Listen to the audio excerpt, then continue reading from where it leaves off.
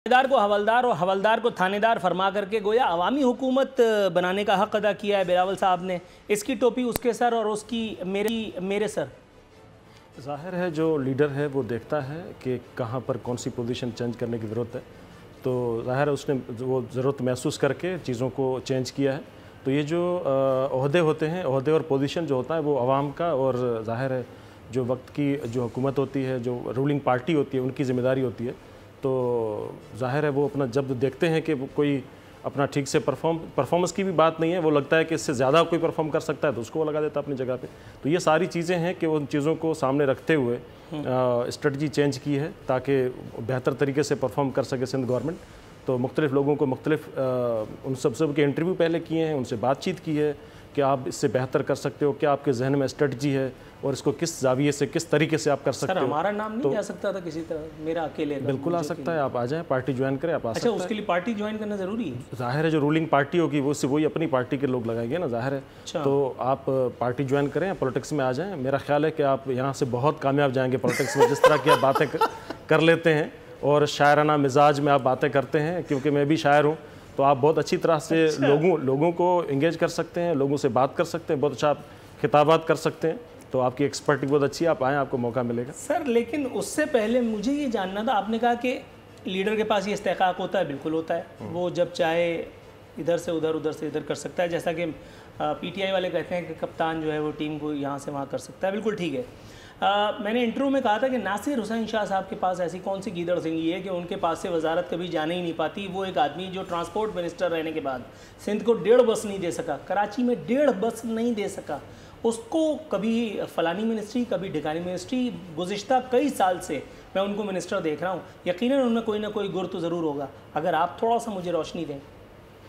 मैं समझता हूँ कि जिस तरह उन्होंने लोकल गवर्नमेंट के अंदर जितना काम किया है, मैं आपको अच्छी तरह बता सकता हूँ, क्योंकि मैं ज़ाहिर है टीम का हिस्सा है, तो साथ मिलकर काम किया है काफ़ी।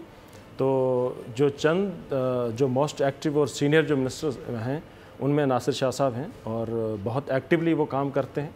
और आप कभी जाकर देखें तो वो लेट नाइट तक, रात को 1-2 बजे तक भी लोगों से मिल रहे होते हैं, इशू सुन रहे होते हैं। और ख़ास तौर पे लोकल गवर्नमेंट को जिस तरह उन्होंने चलाया, तो बहुत एक्सपर्ट इंसान है और बहुत एक्सपर्ट तरीके से वो काम करते हैं, तो वो ज़ाहिर है उनके हकदार हैं। सर लेकिन जैसे मैंने कहा कि 1.5 बस नहीं दे पाए, तो ये भी मेरिट है आपकी नज़र में? नहीं, देखो बस का जो मामला है उसमें मुझे डिटेल पूछना पड़ेगा। मुझे नहीं पता कि उसके क्या इश्यूज थे, क्योंकि अनाउंस तो हुए थे, लेकिन उसमें बजट का मसला या जो भी इशू है देखना पड़ेगा। लेकिन मैं ये समझता हूँ कि आप सिर्फ एक बस की हद तक किसी की वो एक्सपर्टी नहीं देख सकते, उसका एक्सपीरियंस, क्योंकि आप लोकल गवर्नमेंट को जिस तरह उन्होंने चलाया और बहुत सारे डिपार्टमेंट इंफॉर्मेशन उनके पास था, तो जिस तरह वो गवर्नमेंट का मौक़िफ़ लोगों के सामने रखते हैं, जिस तरह वो एक्टिवली काम करते हैं, जिस तरह उनका टीम वर्क है, जिस तरह लोगों के साथ डीलिंग है, मैं समझता हूँ कि बहुत एक्टिव लोग हैं। ये बहुत सीनियर और बहुत एक्टिव लोग हैं। राइट।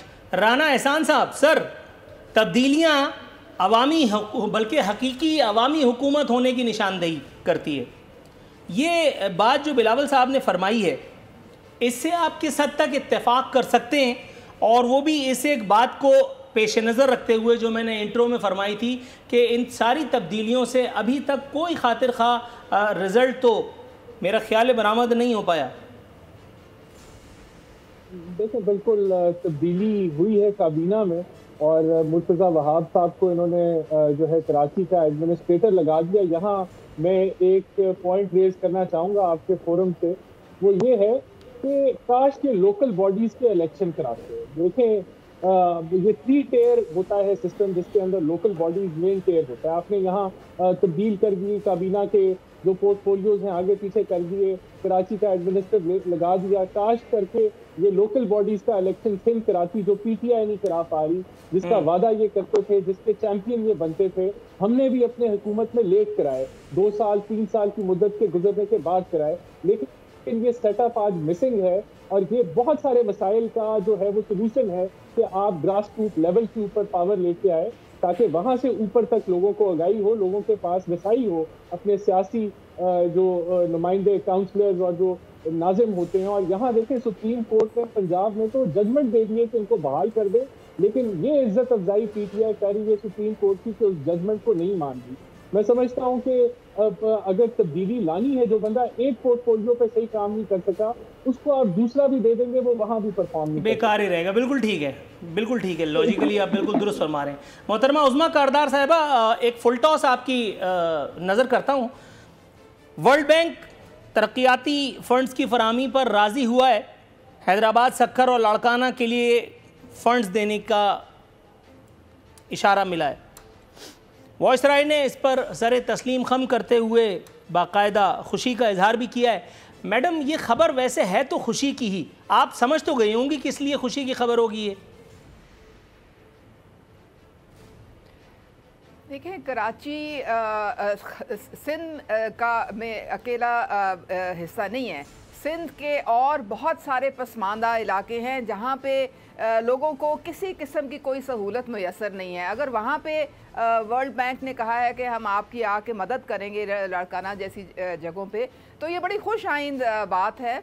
और मेरे ख्याल में अब वहाँ के अवाम को भी जो उनका राइट बनता है तालीम का और उनकी सेहत का, साफ़ पीने के पानी का, अब ये जो सारा पैसा जो मिलेगा ये वहाँ के जो लोग हैं उनकी ज़िंदगियों को बेहतर करने के ऊपर। मैडम, कोई मैसेज तो नहीं आया आपको? सिंध हुकूमत ने तो मैडम, कोई मैसेज तो नहीं आया आपको?